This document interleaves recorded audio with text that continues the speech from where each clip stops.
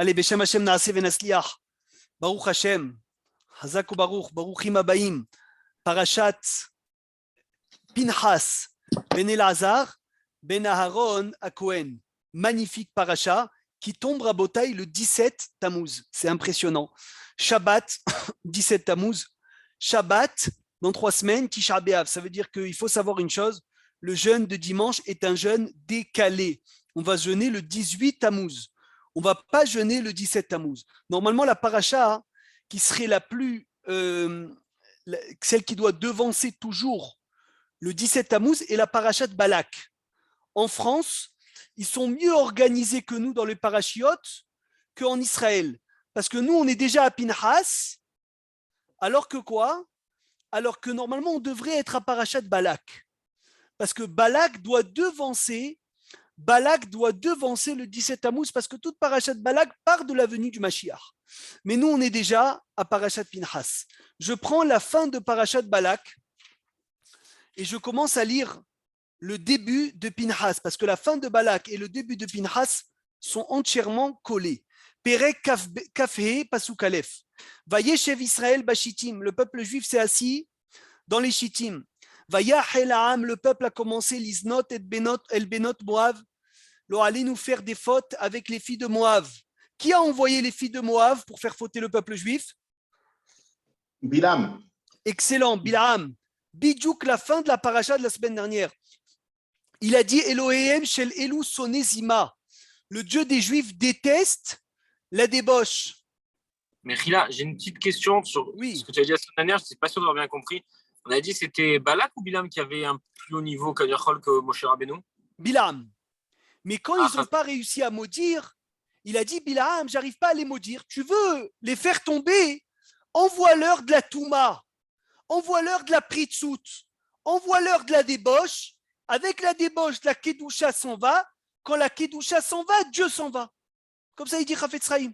C'est écrit Velo Irae Becha Irvat Davar, Veshav Be'achorecha. Quand il y a Chas Veshalom des problèmes de Tseniaout, Hachem il s'en va. Il a fait Meod. Vatikren Alaam, ils ont appelé le peuple les Ivhai Elohen. Vayoch Alaam, le peuple a commencé à manger. Vaishtahavu l'Elohen, ils se sont prosternés à leur Dieu. Vaitzamed Israël et Baal Peor. Le peuple juif s'est attaché au Baal Peor parce que ces prostituées les faisaient fauter, les faisaient faire de l'idolâtrie, une catastrophe. Alors que les Juifs disaient, mais comment moi je vais me prosterner à la Vodazara? Il disait, oui, mais je te demande que de faire tes besoins, votrem, les besoins dessus sur cette Avodazara. Et ça va, ça c'est rien du tout, jusqu'à que le Juif allait faire Avodazara, jusqu'à qu'il était coffert dans le Dieu d'Israël. Vayahar afashem be Israël. Rabotai vayomer Moshe el shofte Israël. Veine ish, il y a un homme, Ibn Israël, un homme du Bnei Israël. Comment il s'appelait cet homme qui est parti avec la Goya? Cosby. Non, c'est la Goya, ça, Cosby Batsou. Comment il s'appelle cet homme, ce juif? Ce juif. Ben Salou. Nassi Zimri Ben Salou. À la fin de Parashat Balak, M. Waknin, on ne dit pas son nom. On ne dit pas son nom. Veine Ishmi Bene Israël ba, Vayakrev Elehav, il s'est approché. Et à Midianit, les aînés Moshe, retenez bien ça pour le cours. C'était aux yeux de Moshe, ou la aînée Koladat Bene Israël, et aux yeux de tous les Bnei Israël. Ça veut dire que tout le monde était autour de quoi? De Zimri Betsalou et Cosbi Batsour. Et Moshe Rabbe, et ce juif-là, Nassi, du tribu de Shimron, il prend cette Goya, il va chez Moshe, il dit Moshe, elle est permise ou elle est interdite? Et si tu me dis elle est interdite, qui t'a permis Tzipora? Que Tzipora aussi était non-juive à l'époque. Il a pris, il est rentré dans une tente. Et qu'est-ce qu'il faisait le peuple juif autour de la tente? Qu'est-ce qu'il faisait le peuple juif autour de la tente? Qui peut me dire? Alors, qu'est-ce qu'il faisait tout le Ham Israël autour de la tente? Quand Zimri Ben Salou était en train de fauter avec Cosbi Batsour? Qui me suit? Michael, qu'est-ce qu'il faisait? Il protégeait la tente. Non. Non. Qu'est-ce qui est écrit dans le Passouk? Vayakrev Elehav et Amidianit. Il s'est approché, il a mis l'Aïné Moshe aux yeux de Moshe. Regardez. Il pleurait. Petahou el Moed. Tout le monde était assis et était en train de pleurer. Vayar Pinhas ben Elazar ben Aaron Cohen. Il a vu Pinhas, le fils de Elazar, le fils de Aaron Cohen. Vayakom mitoch Haïda, il s'est levé de la Haïda. Vaïkar, il a pris quoi?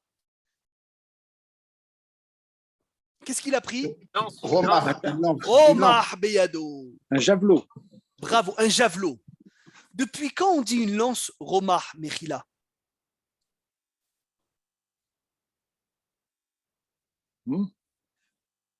Quand Romah, depuis quand c'est une lance?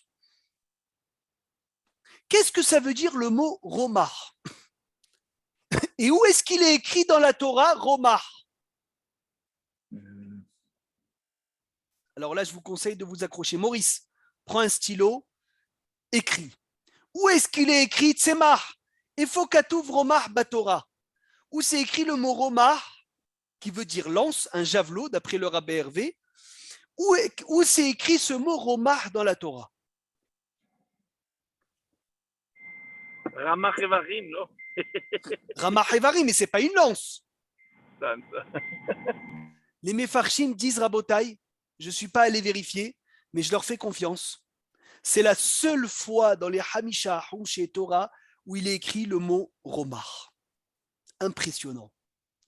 Vaikach Romah Beyado, c'est la seule fois dans Bereshit, Shemot, Vaikra, Bamidbar, Devarim, la seule fois où il est écrit le mot Romah. Nulle part d'autre dans la Torah, il y a écrit Romah. Il y a écrit Sakin, il y a écrit Herev, il y a écrit plein d'autres mots, mais jamais Romah. Impressionnant. Vaikach Romah Beyado, Vayavo Ahar Ish Israël et la Kuba. Vaitkor et Chenehem, il a tué les deux. Et Ish Israël, Ve'et Aisha el Kubata. L'homme et la femme, il les a embrochés. Vateatzar Amagefa, l'épidémie s'est arrêtée, mais al Béné Israël.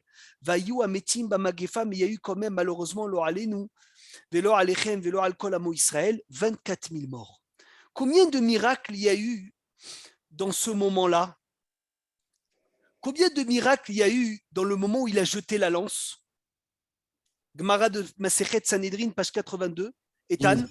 10. Non. Non, au moins 2. 20 alors. Non. Non. 7, je crois, non? Non. Vous avez tout dit sauf le bon chiffre. Moi, j'ai dit au moins 2. 9. Combien? Non. Combien de miracles n'a Assou les Pinhas? Amar Rabbi Yohanan. Il a dit Rabbi Yohanan. Shishanissim n'a Assou les Pinhas. 6 miracles il a eu Pinhas. 1. Shayalo les Imri l'ifrosh minaïcha.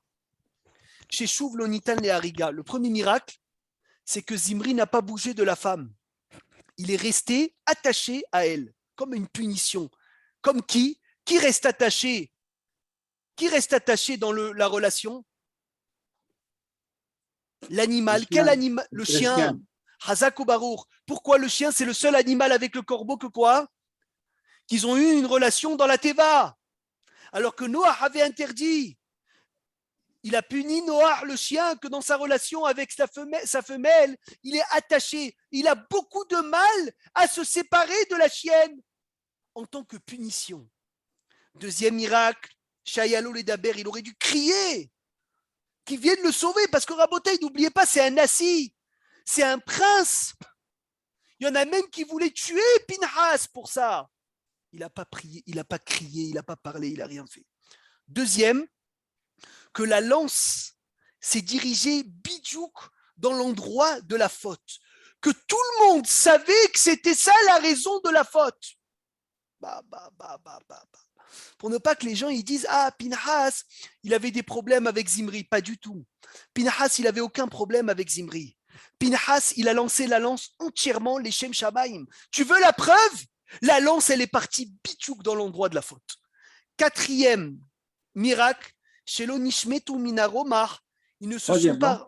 Non, je suis déjà au quatrième. Premier, qu'ils ne se sont pas séparés les deux. Deuxième, qu'ils n'ont pas parlé. Ils n'ont pas crié. Troisième, que ça a été bidjouk dans l'endroit de la faute. Quatrième, Shelo nishmetu min haromah, ils ne se sont pas retirés de la lance jusqu'à que tout le monde les a vus morts.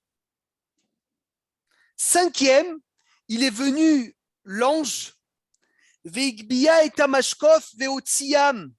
Il les a soulevés et il les a montrés à tout le monde. Velo utzrach leashpil haromah, shelo ishametu. Il les a montrés comme ça, avec la lance sur eux. Pélé, pélaot. Sixième, que le malach, il est venu, veishhid ba'am, kedeletaret beneshifto bamagefa, velo yargu et Pinhas, que le malach, il a troublé le tribu de Shimron pour ne pas qu'ils viennent quoi? Tuer Pinhas. Maintenant, je peux commencer le cours ou pas? Un Kohen qui a tué, Rabotai, un Kohen qui a tué, est-ce qu'on le laisse faire Birkat Kohanim? Non. Non. Bravo. Un Kohen qui a tué même sans faire exprès le pauvre, on le laisse faire Birkat Kohanim? Ça dépend.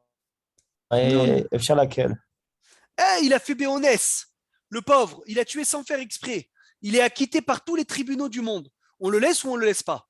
C'est Baya. Et faire laquelle? D'après beaucoup de poskim, mon ami Ethan, on ne le laisse pas. Un soldat à l'armée qui a tué un terroriste, d'accord? Il est Kohen, on le laisse faire Birkat Kohanim? Oui. Oui, lama. Pourquoi on le laisse? Mais il a du sang dans la main. Ouais, sa mitzvah. Qui a aidé à Israël. Il a fait une mitzvah. Alors écoutez bien. Bravo. Vaïdaber Hashem el Moshe, il est mort. Pinhas ben Elazar ben Aaron à Kohen. Pinhas, le fils de Elazar, le fils de Aaron à Kohen. Et Shivet Hamati me'al bene Israël. Bekanu et kinati betucham, il a vengé ma vengeance. Velochiliti et bene Israël bekinati, la reine est mort, dit lui. Hineni notello et beriti shalom. D'après des Mefarshim, Hashem, il vient dire à Pinhas, bien que tu as tué, bien que tu as du sang dans la main, c'est un sang kadosh que tu as, parce que tu as vengé ma vengeance. Donc tu peux continuer à faire Birkat Kohanim. Maintenant, quel mérite il a reçu Pinhas d'avoir tué Zimri? Quel mérite il a reçu? Keuna, je crois. Non, la Keuna, mais qu'est-ce qu'il a reçu comme mérite? Omer à Targum. Rabotai, qu'est-ce que Hachem il a récompensé Pinhas? Il a mis un yud sur son nom. Il a rajouté un yud sur son nom. À part le yud, tu es déjà dans le sod, Bliaïnara Ben Porat Yosef Hervé. Tu sautes les étapes. Aïe. Dans le pshat, qu'est-ce que Hachem a récompensé Pinhas? Qu'est-ce qu'Hachem a donné à Pinhas? Il a arrêté la Magefa.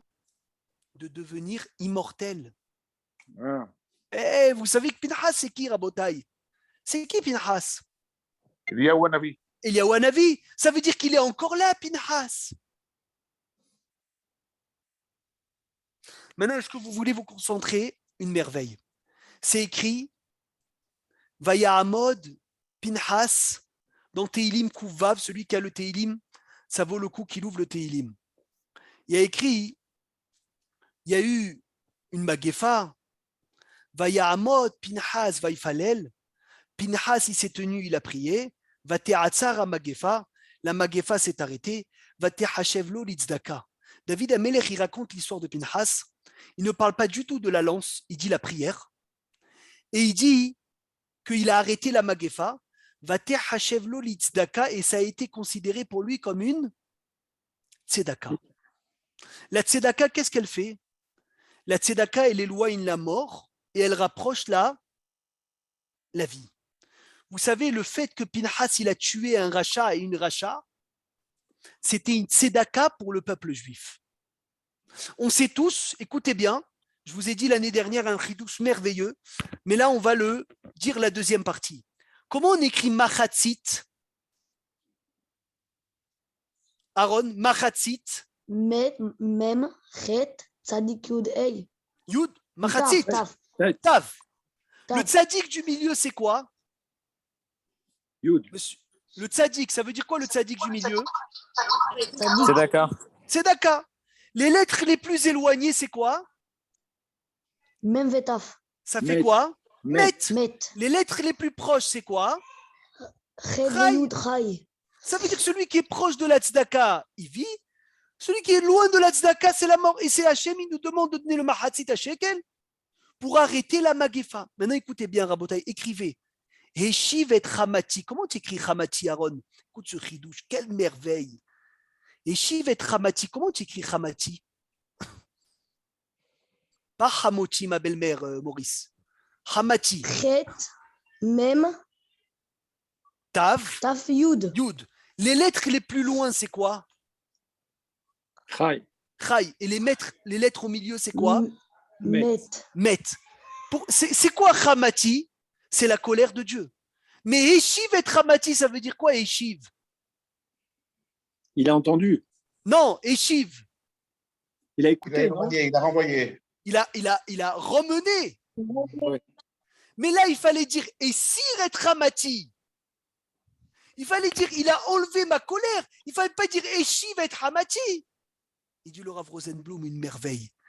Pinhas, il a ramené le Chet et le Yud au milieu et il a éloigné le Mem et le Tet et le Tav. Et Eshiv et Hamati. Il a ramené les lettres Hamati à sa place. Parce que dans la colère de Dieu, il y a le mort au milieu et le Chai, il est coupé. Et Pinhas, qu'est-ce qu'il a fait? Inverse. L'inverse, si je t'abarre, c'est mon Philippe, je ne sais pas si tu as suivi.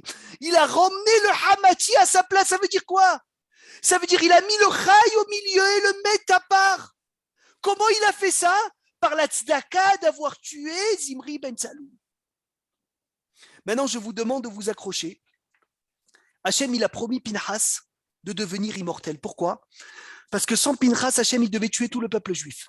Et grâce à Pinhas, il a fait arrêter quoi? La Magefa. Ça veut dire, il dit Rabbeinu Behaye, la vie de tous les juifs qu'ils auraient dû vivre en plus, qu'ils auraient dû mourir, les pauvres, par la Magefa, c'est dans le mérite de qui? Pinhas. De Pinhas. C'est-à-dire, c'est pour ça qu'il est immortel. Pourquoi il est immortel? Parce qu'il a récupéré la vie de tous ceux qui devaient mourir.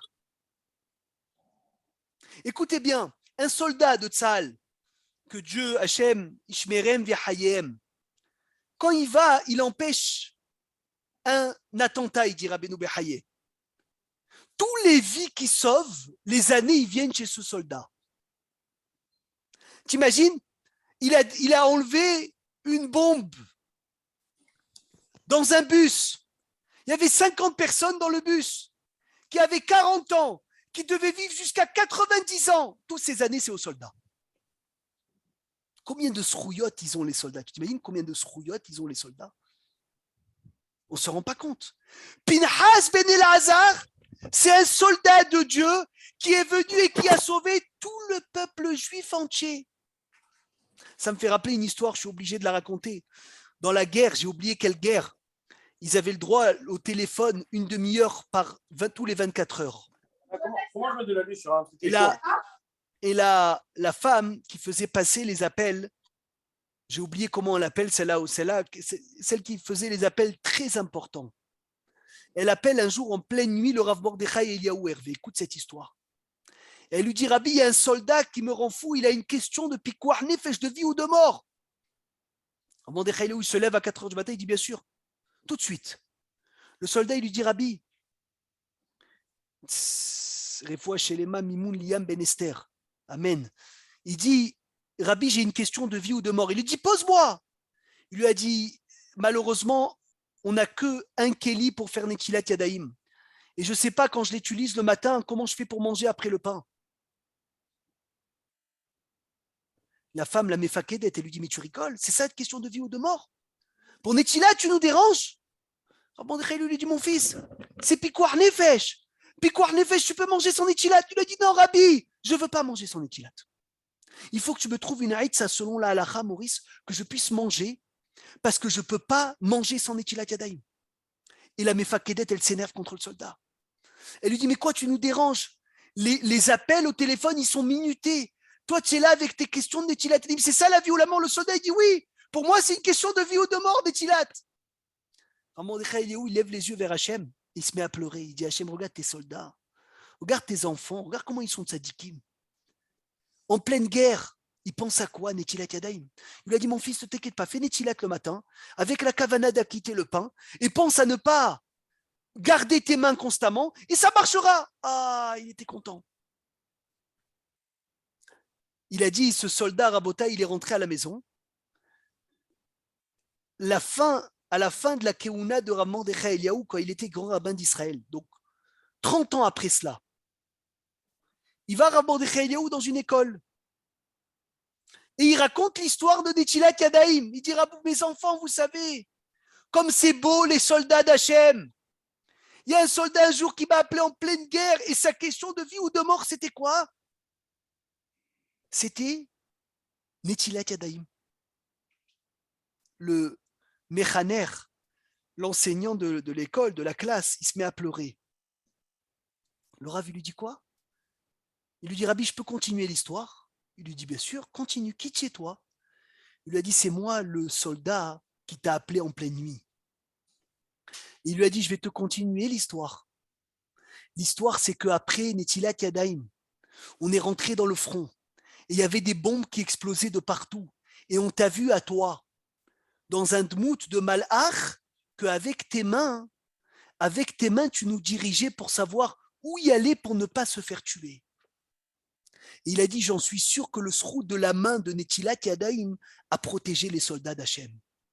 Rabotai Tishmeou, comme c'est grand. Il y a un soldat qui sauve 10 vies. Il y a un soldat qui sauve 50 vies. Il y a Pinhas ben Elazar qui sauve le peuple entier. Et comme Pinhas ben Elazar ben Aaron à Cohen, il a sauvé tout leur âme Israël. Donc obligé qu'il devienne immortel parce qu'il a la vie de tout le monde. Donc à chaque Brit Mila, c'est qui vient? Qui vient Aaron à chaque Brit Mila? Ishtabar Shemolahad. C'est Pinhas. Pinhas ben Elazar ben Aaron à Cohen, c'est lui qui vient à chaque Brit Mila. C'est pour ça qu'il a dit à Hachem, je ne peux pas aller à la Brit Mila. Parce qu'il a dit, moi je suis un vengeur. Je ne peux pas supporter voir les fautes. Il y a des fauteurs dans la Brit Mila. Et c'est là où Hachem lui a dit, ah si, c'est ça ton problème. Chacun qui assiste à la Brit Mila, je lui pardonne toutes ses fautes. Qui peut m'emmener une preuve à ça, qu'on a déjà dit? Une merveille de preuve. Alors, je crois que tout le monde se repose. Vous avez fait le pont avec le 14 juillet. Qui peut m'emmener une preuve qu'on pardonne toutes les fautes à la Brit Mila? Alors, Gamliel, Tzemar, Johanna, avec les Brit Milot que tu as fait, tu dois savoir. Maurice, une preuve dans les mots. Comment on écrit Mila? Mem, Yud, Lamedei. Chazak, Sony, Mila, écrit Mila sur le tableau à l'école. Mem, Yud, Lamed, He. Comment on écrit Mechila? Mem, Chet, Yud, Lamedei. Mechila, ça veut dire quoi, Binyamin Hatzadik? Islor. Pardon. Pardonner. Très bien. Entre Mila et Mechila, il y a quelle lettre de différence? Le Chet. Le Chet. Le Chet, c'est quoi? Chesed, non? Le Chet, c'est le 8e jour. La Mila du Chet, c'est Mechila. Et Chet, ça veut dire la faute. Et dans le Mila, il n'y a pas le Chet parce qu'on retire la faute. Et Mila, Rav Obadia, il dit, c'est Rachet Tevot Hervé, Mishtatfea, Isku, Limhilat, Haboré. Ceux qui s'associent à elle, ils vont mériter au pardon du Créateur. Mishtatfea, Mila, même Mishtatfea, Yud, Isku, Lamed, Limhilat et Haboré du Créateur. Il a fait. Maintenant, je peux continuer. Pinhas, Ishtabar, Shemo. Donc, si vous avez une Brit Mila, sachez-le que c'est Pinhas, Ben Elazar, Ben Aaron, Cohen, Birvodo, Be'atzmo qui vient. Odul Hashem Kitov, qui est immortel, qui est dans toutes les générations. Et Akadosh Baruch Hu, il lui a donné ce srout, bisrout qu'il a sauvé tout leur âme Israël en tuant, en faisant une tzedaka. Il a séparé le Met, il a emmené le Haï. Il a fait Meot. Maintenant, je veux savoir une chose. D'où il a une lance, Pinhas? De quelle tribu il était, Pinhas? Hervé, quelle tribu? Lévi. Les Lévis, ils vont en guerre? Non. Alors, comment est-ce possible qu'il a une épée dans la main? Alors, celui qui me répond à ça, il est très fort. Déjà, on a dit, C'est quoi la seule fois où c'est écrit Romar dans la Torah, Hervé? C'est pas Là, Hachem qui a fait dans la naître paracha de Pinchas. Chez nous, dans fin de Balak. Qu'est-ce que tu as dit, Johanna? C'est pas Hachem qui a fait un nez de lui les amène là. C'est pas écrit ça. Tu vois, ça fait pas partie des miracles, de la liste des miracles. On dirait que l'épée, il avait sur lui. Mais je comprends pas, il est Lévi. Lévi, les Lévis font pas la guerre. Si les Lévis font pas la guerre, qu'est-ce que tu fais avec une lance? Kouchia ou lo kouchia? Shek Tova. Kouchia Kudola. Et t'as t'as Omer Alze.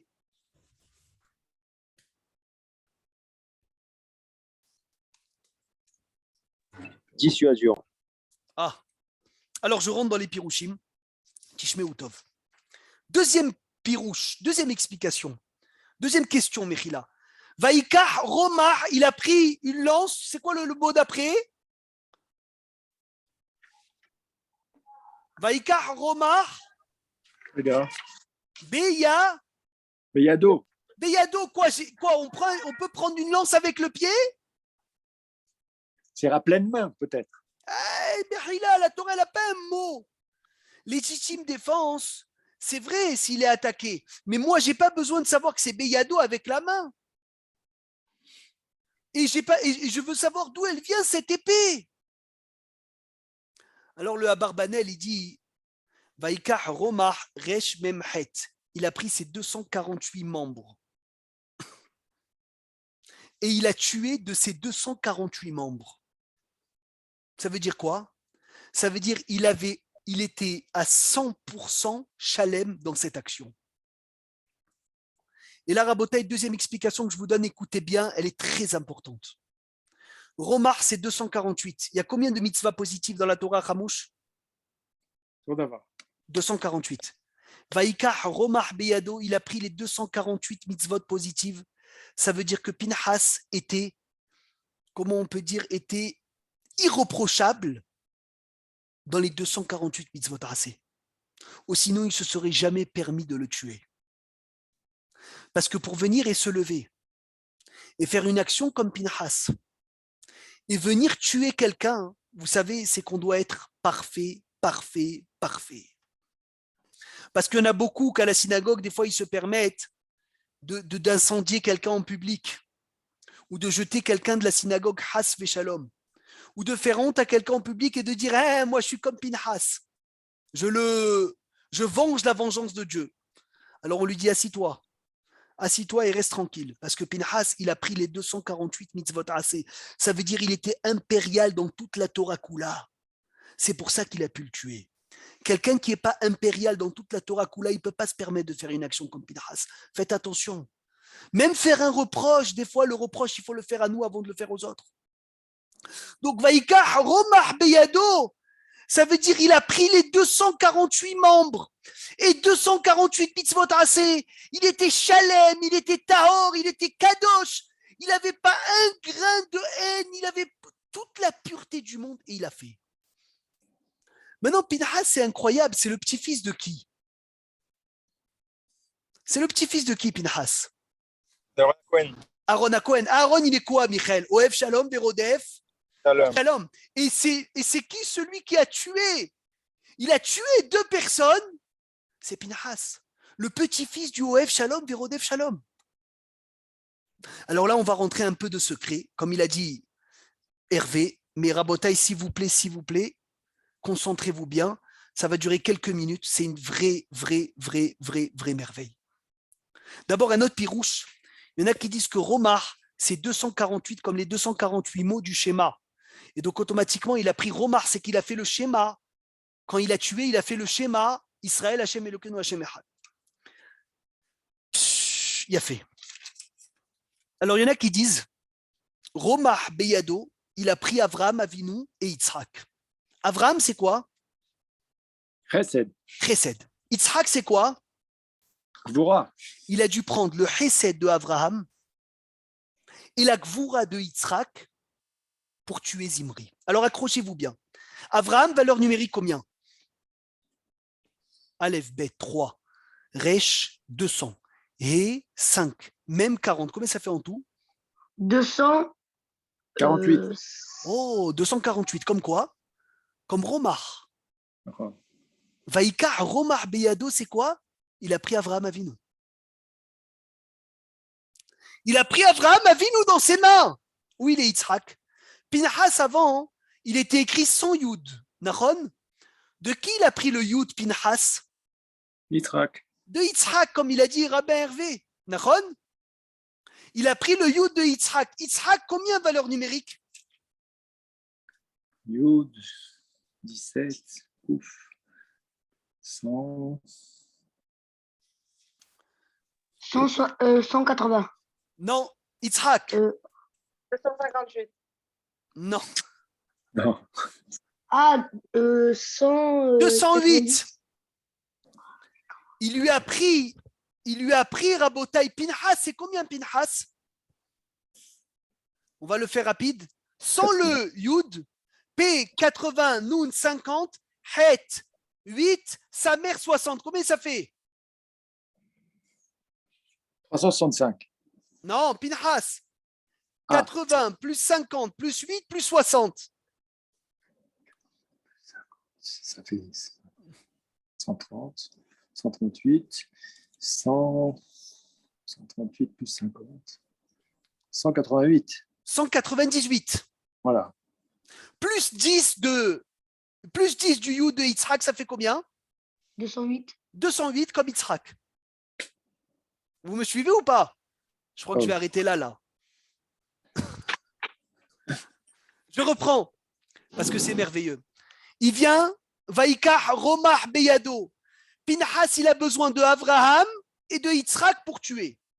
Avraham, c'est le Chesed. Romah, 248, c'est Avraham. Beyado, c'est Yitzhak. Comment? Pinhas, il était 198 sans le Yud. Il a pris le Yud de Yitzhak, il est devenu 208, valeur numérique Yitzhak. Beyado, vous savez c'est quoi Beyado? Il a pris Beyoud. Parce que Beyado, c'est les lettres Yud. Vaïka, Romah, Hervé, Avraham, Beyoud, avec le Yud d'Yitzhak. Parce que le Yado, c'est Yud. Donc il a mélangé Avraham, il a mélangé Yitzhak ensemble, il a fait Chesed, Gvura, Beyahad, et il est venu, il a tué. Mais il dit David Améler, avant de prendre la lance, il a prié. Comme qui le premier qui a prié dans toute la Torah? C'est qui le premier qui a prié? C'est qui le premier qui a prié? Avraham. Avraham. Donc il a pris Romah Beyado, il a pris la prière de Avraham et la prière de Yitzhak. Ashrecha, il a pris la prière de Avraham et la force de Yitzhak. Ensemble, il a mélangé. Il a prié et il a lancé là. Il a lancé. Donc Beyado, Rabotai, on a posé la question, pourquoi tu me dis Beyado? Et pourquoi Romah, on a répondu. Mais Rabotai, il nous manque quelque chose. Il nous manque quelque chose. D'où il vient cette lance? D'où elle vient cette lance? Réponse, ouvrez grand vos oreilles, c'est le bâton de Moshe Rabbeinu. Omer Radak, c'est le bâton de Moshe Rabbeinu. Il est parti, Pinhas. Il a dit à Moshe, Moshe, tu nous as appris que celui qui va avec une Goya, il est Hayav Mita. Moshe, il a dit, ah, Béhémet, j'ai oublié. Alors il lui a pris le bâton, il a jeté le bâton et le bâton s'est transformé en lance.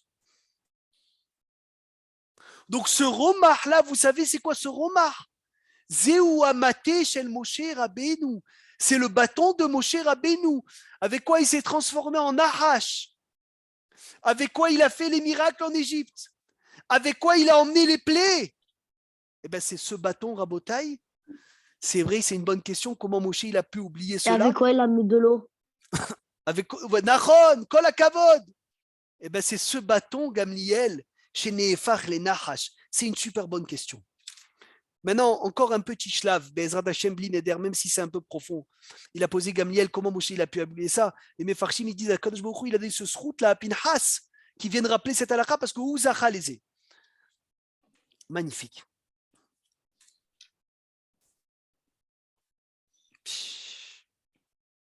Yafé Meod, Vatipakar Na'aine Shenehem. Bezrat Hashem Yitbarach, Beli Neder, encore un petit shlav dans la paracha. Donc on a vu Pinhas ben Elazar, ben Aaron à Cohen, Heshiv et Hamati me'al ben Israël. Il a emmené ma colère, emmené, ça veut dire il a déplacé ma colère sur les béné Israël.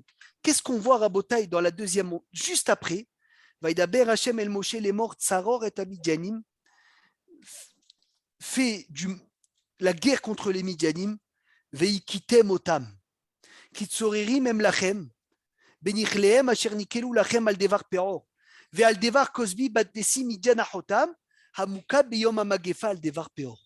Juste après Pinhas, Hashem il dit quoi? Il dit va tuer les Midjanim. Magnifique. Tout de suite après. Et Shiv, il n'a pas enlevé la colère.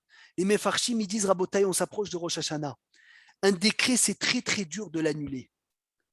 Par contre, qu'est-ce qu'on peut faire? On peut le déplacer. Ça veut dire que des fois, on peut prendre un décret qui devait tomber le Halin ou sur le Ham Israël et l'emmener sur une autre nation. Un jour, dans la Gemara, il y avait un serpent qui venait piquer un juif. Un Amoraï lui a dit « Qu'est-ce que tu fais ?» Il lui a dit « Je suis parti, j'ai une ktovette, j'ai une adresse. » Il lui a dit « Pourquoi tu vas chez lui? Va chez telle personne là-bas. » Il a fait demi-tour le serpent et il est parti chez une autre personne. Les Mefarshim, ils disent d'annuler un décret, c'est très dur, Maurice. Mais de changer de direction au décret, c'est facile. Et c'est écrit « Utshuva »,« Utfila »,« Utzdaka », Soni, qu'est-ce que c'est écrit? Utshuva, alors à Rosh Hashanah, on va lire Utshuva, Utfila, Utzdaka, Ma'avirim et Droa à Gezerah. C'est quoi Ma'avirim? Pas ils annulent, ils emmènent le décret autre part. Rabotai, on dit, pardon, oui. Mechila, on dit que les tzadikim, ils ont le pouvoir de changer les combinaisons qui viennent d'en haut. C'est vrai. Et comme ça, littéralement, ils transforment une zéra, un décret en bénédiction. Ça, c'est vrai. Mais des fois, le décret, il est tellement fort, Sony, qu'il le déplace dans un autre endroit. Et qu'est-ce qu'il a fait, Pinhas? Écoutez ce Pshat Hadash, 5782. Qu'est-ce qu'il a fait, Pinhas? Le décret que tout le peuple juif devait mourir, il a déplacé où ça? Dans les Midjanim. Et c'est pour cela que Pinhas et le destruction de Midjan sont collés là-bas. Parce que Pinhas ben Elazar ben Aaron à Cohen et Shivet Hamati. C'est quoi Shivet Hamati? Il a emmené ma colère chez les Midjanim au lieu de l'emmener chez le Ham Israël. On dirait que c'est la force physique de l'action. Exactement. Qui a outrepassé la force de la prière. Bédiouk, ça veut dire, il n'y a pas écrit Essir, on a demandé au début du cours. Il n'y a pas écrit, il a enlevé ma colère. Il a déplacé ma colère. Où est-ce qu'il a emmené ma colère? Il a emmené ma colère chez les Médianim. Akadosh Baruch Hu, il devait détruire le Ham Israël. Pinhas, il a sauvé tout le Ham Israël. Où elle est descendu le décret? Le décret, il est descendu chez les Médianim. Quand on a détruit les Médianim, on a sauvé le Ham Israël. Zé Halifati, Zé Temourati, Zé Kaparati. On dit, voici cette poule-là, elle va y aller à la Shrita, et moi je vais aller les Haïm Tovim Ulshalom. C'est bidiouk ce qu'on a fait. Les Midyanim, c'est notre Halifa, notre Temoura, notre Kapara. Eux, ils sont partis à la mort et nous, on est partis à la vie.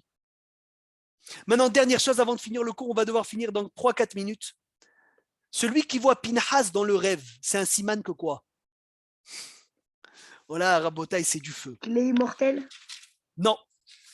Aroué Pinhas Bachalo, Maseret Brachot, je crois, page 56, là-bas, 57. Il y a tous les sujets dans les rêves. Les serpents, on connaît tous. Celui qui voit les serpents dans le rêve, c'est quoi le siman? Alors, le serpent, c'est la parnassa, Maurice. Celui qui voit des serpents dans le rêve, c'est une très bonne. C'est un signe qu'il va devenir riche parce que le serpent, il peut manger tout. Il a de la terre de partout, il est riche. Mais il ne faut pas que le serpent, il le morde, si ma mémoire est bonne. Il ne faut pas qu'il le tue. Il ne faut pas qu'il le tue. Je crois que c'est l'homme, il ne doit pas tuer le serpent, si ma mémoire est bonne. Maintenant, non, ce n'est pas le pardon des fautes. Celui qui voit Pinhas dans le rêve, Alors, qu'est-ce qu'Hachem il lui réserve? Brit Mila, peut-être? Non. Le pardon? Non. Siman quoi, Johanna? J'ai pas entendu.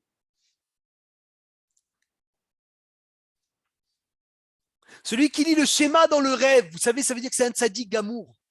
Celui qui dit et Shemé Rabba dans le rêve, la Gemara dit, c'est qu'il y a la Shrina qui peut résider sur lui comme Moshe Rabbeinu. Alors, vous ne connaissez pas les rêves, qu'est-ce que ça veut dire?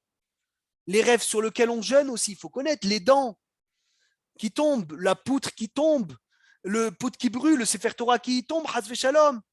Celui qui se voit en train de se marier sous la choupa, il doit jeûner. Mais Shulchan Arour, Siman Resh.